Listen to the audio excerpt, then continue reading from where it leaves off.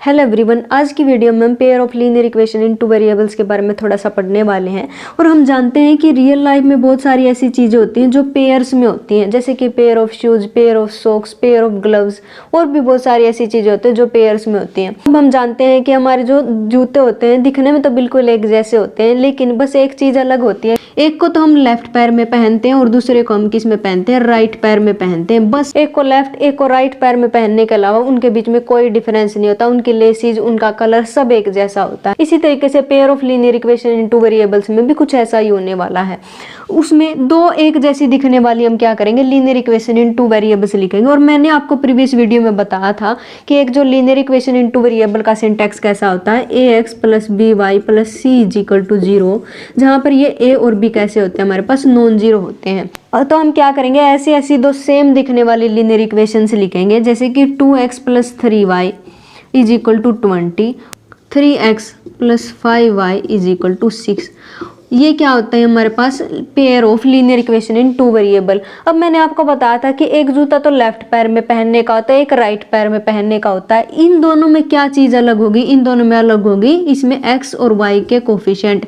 इसमें तो x का कोफिशिएंट क्या है, 2 है, इसमें x का कोफिशिएंट क्या है, 3 है। तो एक चीज़ जो इन दोनों को एक दूसरे से अलग करती होगी वो क्या होगी, x एंड y के कोफिशिएंट। कोफिशिएंट तो आप जानते हैं कि को का मतलब होता है के साथ। ऐसी वैल्यू जो वेरिएबल के साथ जुड़ी होती है उसको क्या बोलते हैं, कोफिशिएंट बोलते हैं। तो इसका मतलब जो पेयर ऑफ लीनियर इक्वेशन एक दूसरे से कैसे अलग होंगे, वो इन कोफिशिएंट्स की वजह से अलग होंगे ये दोनों इक्वेशंस। और इससे प्रीवियस वीडियो में मैंने आपको ये भी बताया था कि एक लीनियर इक्वेशन इनटू वेरिएबल का ग्राफ हमेशा कैसा होता है, स्ट्रेट लाइन होता है। तो इसका ग्राफ भी स्ट्रेट लाइन होगा और इस इक्वेशन का ग्राफ भी स्ट्रेट लाइन होगा, क्योंकि दोनों कैसी हैं, लीनियर इक्वेशन इनटू वेरिएबल्स हैं। दोनों का ग्राफ अगर स्ट्रेट लाइन है, अगर मैं दोनों के ग्राफ को ग्राफ पे प्लॉट करने की कोशिश करूं, हो सकता है कि दोनों लाइनें एक दूसरे को एक पॉइंट पे काटती हूं, हो सकता है कि एक भी पॉइंट पे ना काटती हूँ, और हो सकता है कि इनफाइनाइट पॉइंट पे एक दूसरे को काटती हूँ। जब वो एक पॉइंट पे एक दूसरे को काटेंगी तो ऐसी कुछ शेप बनेगी हमारे पास, इसको मैं क्या बोलती हूँ, इंसिडेंट लाइन बोलती हूँ। और अगर एक भी पॉइंट पे नहीं काटेंगी तो ऐसी शेप दिखेगी, इसको क्या बोलती हूँ, मैं पैरेलल लाइंस बोलती हूँ। और अगर इनफाइनाइट पॉइंट पे काटेंगी तो कुछ ऐसी शेप दिखेंगी, मतलब दोनों लाइनें एक दूसरे को क्या कर लेंगी, ढक लेंगी, मतलब एक ही लाइन दिखेगी। तो अगर एक पॉइंट पे काटती हैं तो कुछ ऐसी शेप बनेगी, अगर एक भी पॉइंट पे नहीं काटती तो ऐसी शेप बनेगी, अगर इनफाइनाइट पॉइंट पे काटती है तो दोनों एक ही लाइन पे लाई करेंगी। तो इसको मैं क्या बोलती हूँ, इसको बोलती हूँ मैं इंसिडेंट लाइन, और इसको क्या बोलती हूँ, पैरेलल लाइन, और इसको क्या बोलती हूँ, कोइंसिडेंट लाइन।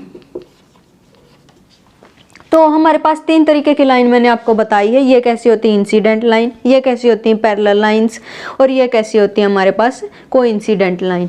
तो इंसिडेंट लाइन के हमारे पास रियल लाइफ में भी बहुत सारे एग्जाम्पल होते हैं, जैसे कि हमारे पास सीजर्स इसका सबसे बढ़िया एग्जाम्पल है। और पैरेलल के तो हमारे पास रियल लाइफ में बहुत सारे एग्जाम्पल होते हैं, जैसे कि हमारे पास रेल की पटरियां इसका सबसे बढ़िया एग्जाम्पल है, जो एक दूसरे के साथ साथ चलती रहती हैं लेकिन कभी मिलने नहीं वाली। ऐसी लाइन को क्या बोलती हूँ, पैरेलल लाइन बोलती हूँ। और जो क्रिकेट की विकेट होती है वो भी पैरेलल लाइन का एग्जाम्पल है। और कोइंसिडेंट लाइन ऐसी लाइन होती है जो एक दूसरे को पूरी तरह से ढक लेती हैं, मतलब पता ही नहीं चलता कि कौन सी लाइन कौन सी है। ऐसी लाइन को क्या बोलती हूँ, मैं कोइंसिडेंट लाइन बोलती हूँ।